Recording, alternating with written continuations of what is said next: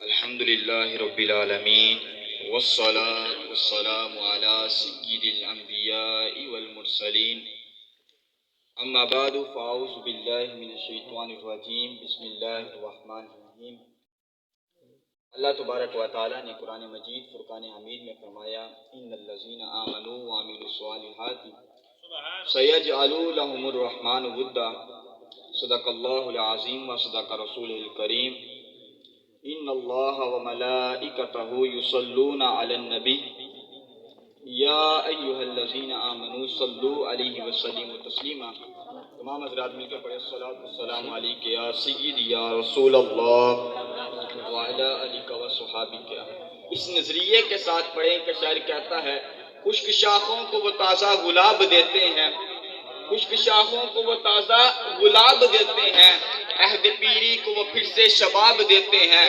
ارے غفلت نہ کر پڑھ لے درود، خدا کی قسم تیرے درود و سلام کا وہ اب بھی جواب دیتے ہیں۔ صلاۃ والسلام علیک یا سیدی یا رسول اللہ وعلی آلک و صحابک یا حبیب اللہ۔ آج ہم عامل و کامل سید المبلغین تاج الفقراء حضرت پیر امین چشتی رحمۃ اللہ علیہ المعروف جنہ والی سرکار شاہ روزے دار رحمۃ اللہ علیہ کے عرس پاک کی تقریب میں حاضر ہیں، اور یہ تقریب کے اندر زیر صدارت حضرت پیر محبوب جیلانی المعروف چند پیر سرکار رحمۃ اللہ علیہ تشریف دامت برکاتہم عالیہ تشریف فرما ہے، اور آپ کے صاحبزادگان بھی تشریف فرما ہیں۔ اللہ تبارک و تعالیٰ ان کا سایہ ہمارے سروں پر تا دیر قائم و دائم فرمائے، اور جنہوں نے یہ محفل پاک انعقاد کیا اللہ تبارک و تعالیٰ ان کی نیک جائز مقاصد کو پورا فرمائے۔ اللہ تبارک و تعالیٰ نے اپنے پیارے حبیب صلی اللہ علیہ وآلہ وسلم کی شان کے بارے میں بے شمار احادیث آقا علیہ الصلوۃ والسلام سے مروی ہے۔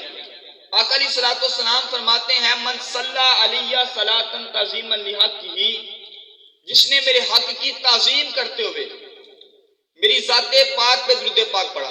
ذرا توجہ فرمائیے گا، آقا علیہ السلام کیا فرماتے ہیں من صلی علیہ صلاۃ تعظیما لحقہ، جس نے میرے حق کی تعظیم کرتے ہوئے میری ذات پاک پہ درود پاک پڑھا جعل اللہ عز وجل من تلک الکلمات ملکا، رب کائنات اس کلمے سے ایک فرشتے کو پیدا فرماتا ہے۔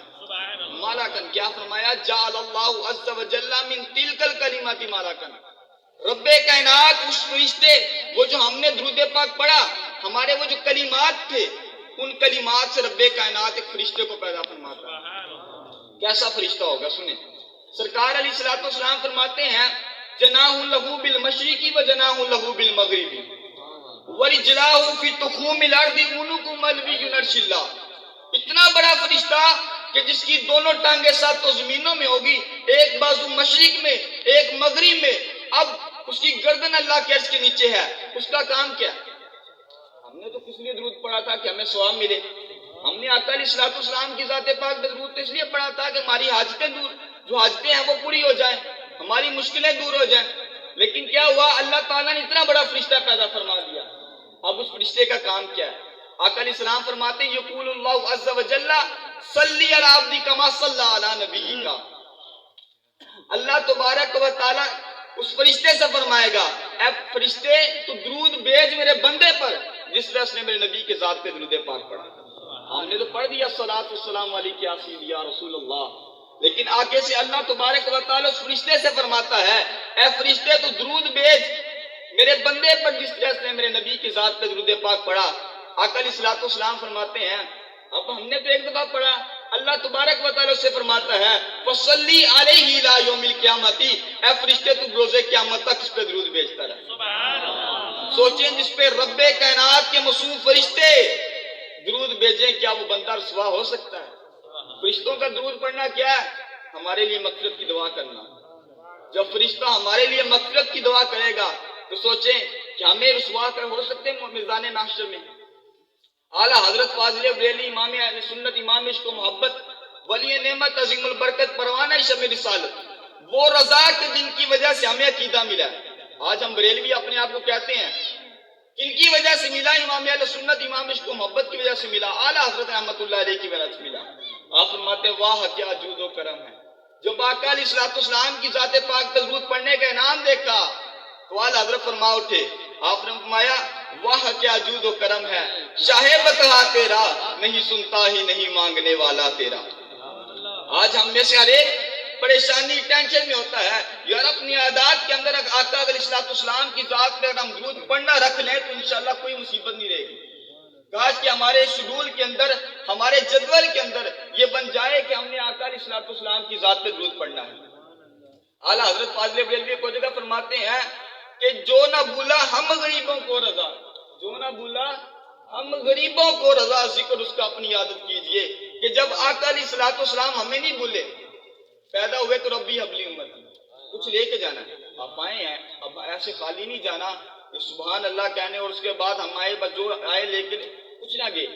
علم دین کی محفل لگی ہوئی ہے اور اولیاء کا جہاں ذکر کیا جاتا ہے اس پر رحمت نازل ہوتی ہے، اور ہمیں انشاءاللہ پیر کامل کا ذکر بھی سننا ہے۔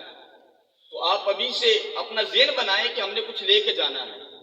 حدیث آقا علیہ السلام کی حدیث بیان کی جا رہی ہے تو ہم نے یہاں سے کچھ لے کے جانا ہے، خالی آدمی جانا بائیں ہے تو انشاءاللہ کچھ لے کے جانا ہے۔ اعلیٰ حضرت فرماتے ہیں جو نہ بھولا ہم غریبوں کو رضا، ذکر اس کا اپنی عادت کیجئے کہ جب آقا ہمیں نہیں بھولے، میدان محشر میں بھی آئیں گے تو اپنی امتیوں کو پکار رہے ہوں گے۔ میدان محشر کا عالم بیان کیا جاتا ہے، وہ ایسا عالم ہوگا کہ جب زمین تانبے کی ہوگی، سورج سوا نیزے پہ ہوگا، نفسا نفسی کا عالم ہوگا۔ صاحب بہاری شریف فرماتے ہیں اس وقت رب کائنات آدم علیہ السلام کو فرمائے گا، اے آدم جہنمیوں کو الگ کر دے، جنتیوں کو الگ کر دے۔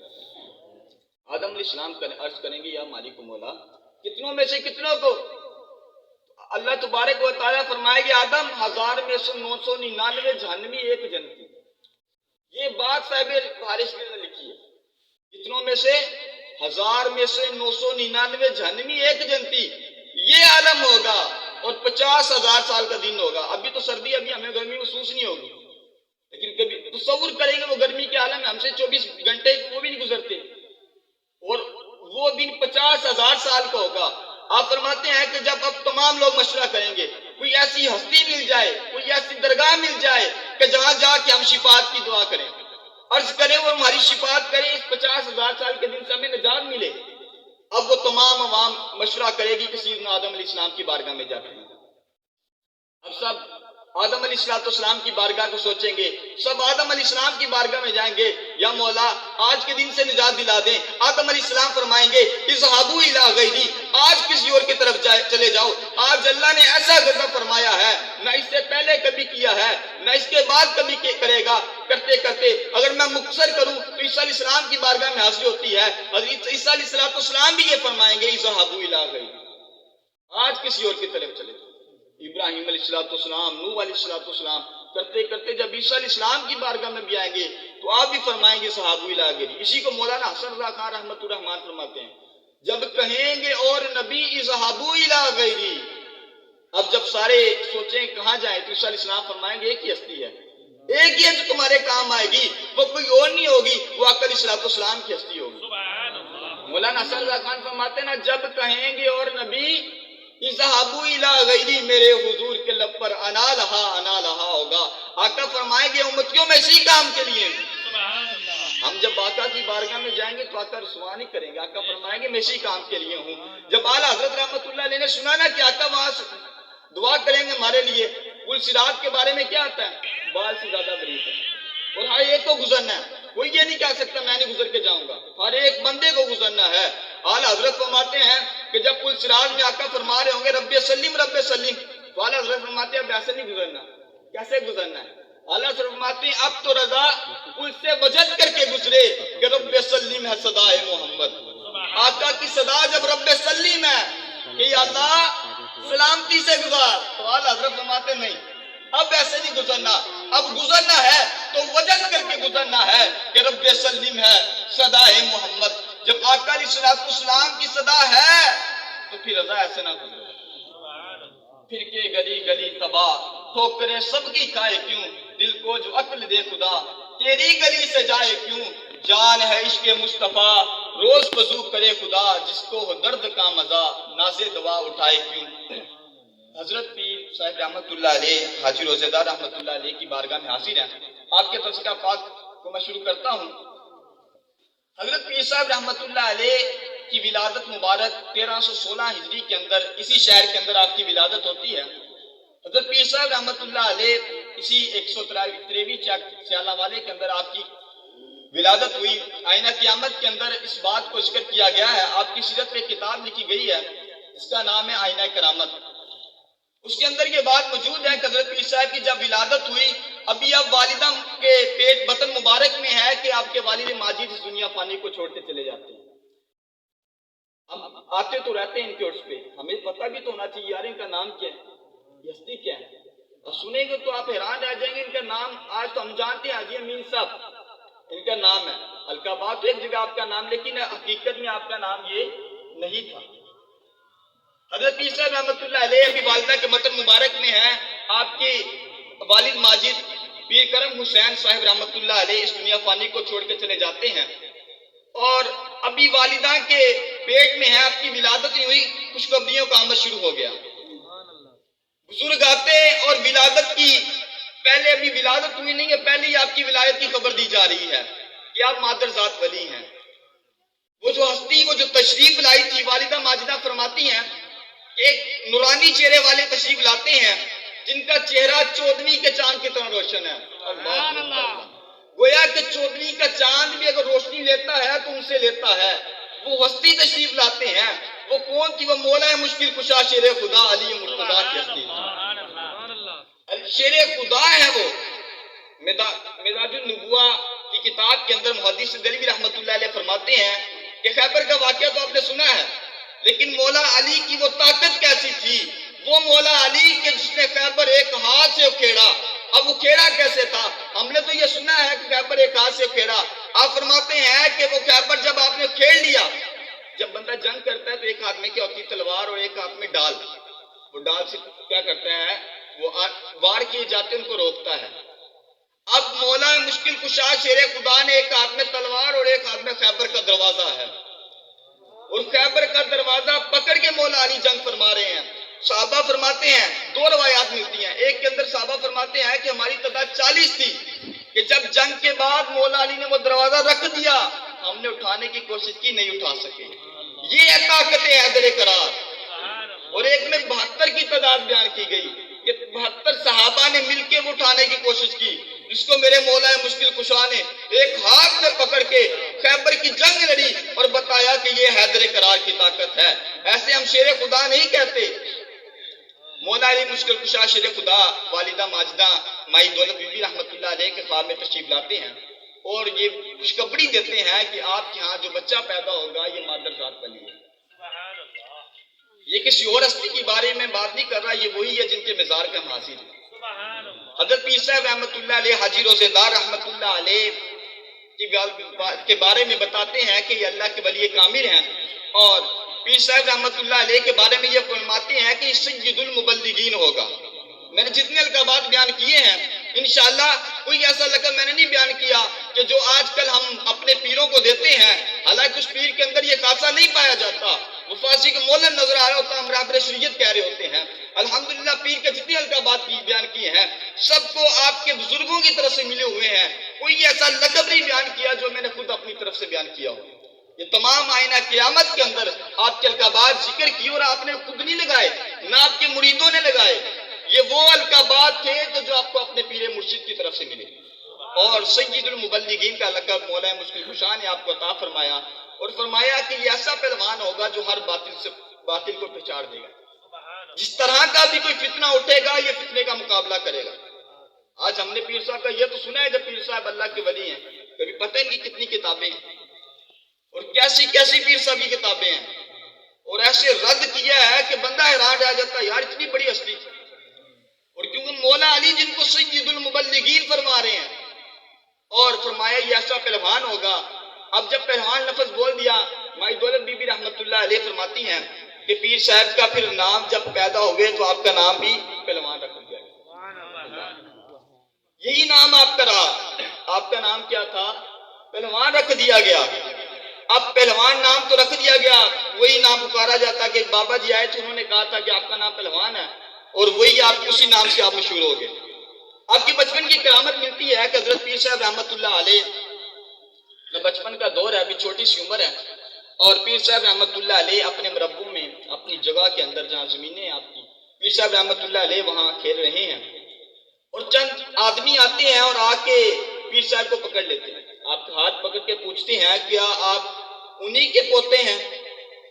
آپ کے جدی امجد وہی ہیں جنہوں نے ملتان کے اندر 70 گز کا وہ جو آگ کا چرخا تھا اس کے اندر پاؤں رکھ کے اس کو گلزار کیا تھا؟ اللہ! کبھی تو ابراہیم علیہ السلام پاؤں رکھیں آگ کے اندر اس کو گلزار کر دیں، ادھر اللہ کے ولی حضرت پیر صاحب قاضی روزےدار رحمت اللہ علیہ کے دادا جان آپ قدم رکھے اس آگ کے اندر، اور آگ کو گلزار، نار کو گلزار کرنے والی ہستی، کہتے ہیں آپ ہی کی وہ دادا تھے؟ آپ نے فرمایا ہاں میرے دادا تھے، میرے ہی وہ دادا تھے کہ جنہوں نے اس آگ کے اندر قدم رکھ کے اس آگ کو نار کو گلزار کیا تھا۔ یہ سننا ہی تھا۔ اب وہ کیا کرتے ہیں، پیر صاحب رحمت اللہ علیہ کو اس گرم ریت پہ لٹا دیتے ہیں۔ ہاڑ کا مہینہ کتنا سخت ہوتا ہے، کہا جاتا ہے کہ وہ ہاڑ کا مہینہ چل رہا تھا، سخت گرمی تھی، مدتوں کی بارش نہیں ہو رہی تھی، اب بارش نہیں ہو رہی تھی، انہوں نے پیر صاحب کو لٹا دیا اور عرض کرتے ہیں یا سیدی جب تک بارش نہ ہوگی ہم آپ کو نہ چھوڑیں گے۔ وہ جانتے تھے کہ حضرت سید صاحب پیر حاجی روزےدار رحمت اللہ علیہ کی زبان سے اگر کلمات نکل جائیں تو رب رد نہیں کرے گا، پتا تھا ان کو۔ ایسے تھوڑی لٹا رہے ہیں، ایسے تھوڑی لٹایا جاتا ہے کہ بھائی منہ پکڑ کے اٹھا دے کسی بچے کو، نہیں، وہ جانتے تھے کہ یہ ہستی کوئی عام ہستی نہیں ہے۔ اور پیر صاحب رحمت اللہ علیہ کو جب انہوں نے گرم ریت پہ لٹایا تو پیر صاحب رحمت اللہ علیہ نے بھی ہاتھ اٹھا دیے۔ پیر صاحب نے کیا کیا؟ ہاتھ اٹھا دیے۔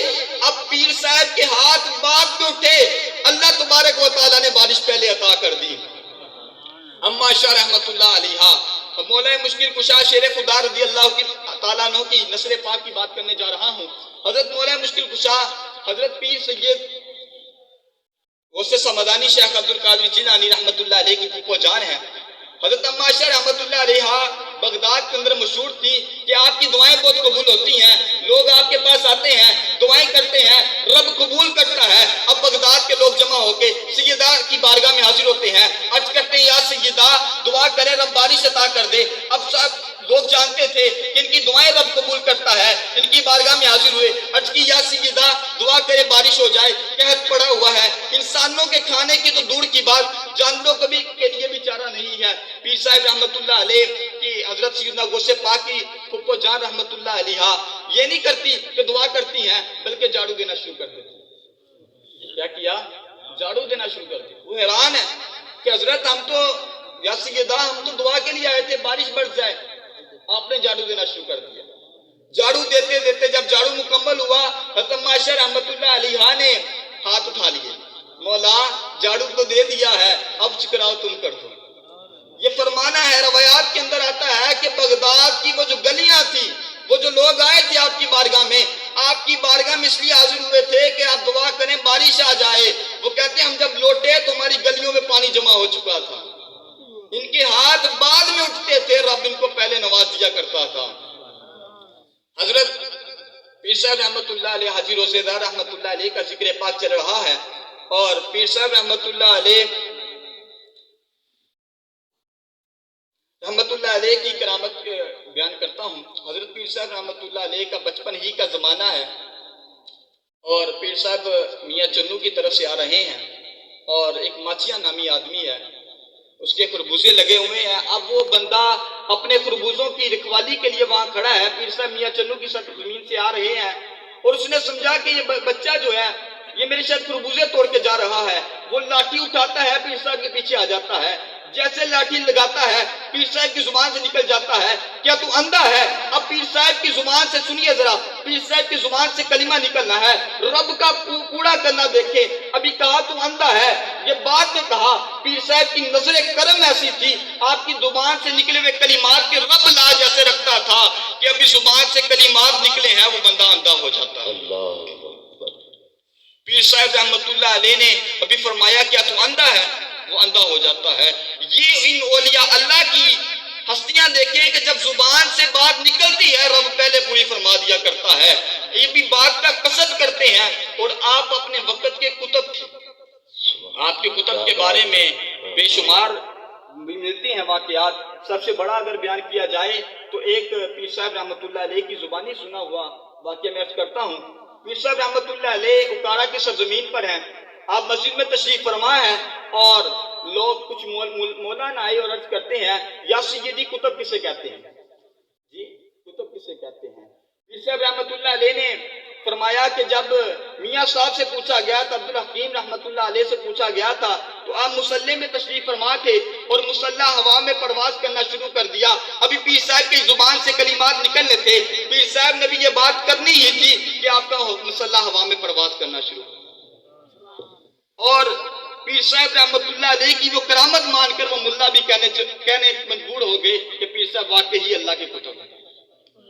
اور کرما والی سرکار رحمت اللہ علیہ سے ایک دن مریدوں نے سوال کیا، یا سیدی آپ پاک پتن کی زمین پہ تھے اور پاک پتن کی زمین سے آپ نے ہجرت کی اکارا کی طرف، اور اکارا پہ پاٹک پہ 2 ماہ رہ کے پھر واپس جا رہے ہیں، کیا بات ہے؟ ہمیں تو حکم ہوا تھا کہ آپ نے اکارا میں جانا ہے، پاک پتن سے آپ کو حکم ہوا ہے اپنے پیر صاحب کی طرف سے، تو آپ اندر کیوں نہیں گئے؟ تو وہ میاں صاحب رحمت اللہ علیہ حضرت پیر کرما والی سرکار آپ فرماتے ہیں کہ مجھے پیر صاحب رحمت اللہ علیہ نے فرمایا تھا کہ اکارا کی سرزمین پہ قلندر کی ضرورت ہے، ایک کتب کی ضرورت ہے. کس کی؟ ایک کتب کی ضرورت ہے. کرما والی سرکار رحمت اللہ علیہ نے کیا فرمایا؟ ایک کتب کی ضرورت ہے. اور مجھے میرے پیر صاحب نے فرمایا تھا کہ ایک کتب کی ضرورت ہے، لہذا تم ادھر چلے جاؤ.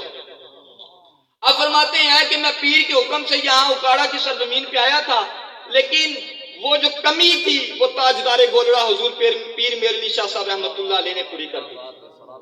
پیر میر علی شاہ صاحب رحمت اللہ علیہ کے منظور نظر آپ کے خلیفہ جانشین حضرت پیر حاجی روزے دار رحمت اللہ علیہ ہیں، اور پیر امین چشتی رحمت اللہ علیہ کو حضرت پیر قبلہ تاج الفقراء حضرت پیر میر علی شاہ صاحب نے چونکہ آپ کو اکارا کی سرزمین پہ بھیج دیا تھا. اب کرما والی سرکار فرماتے ہیں چونکہ میری وہ کمی پیر امین چشتی رحمت اللہ علیہ نے پوری کر دی ہے، اب مجھے ضرورت نہیں، میں 2 ماہ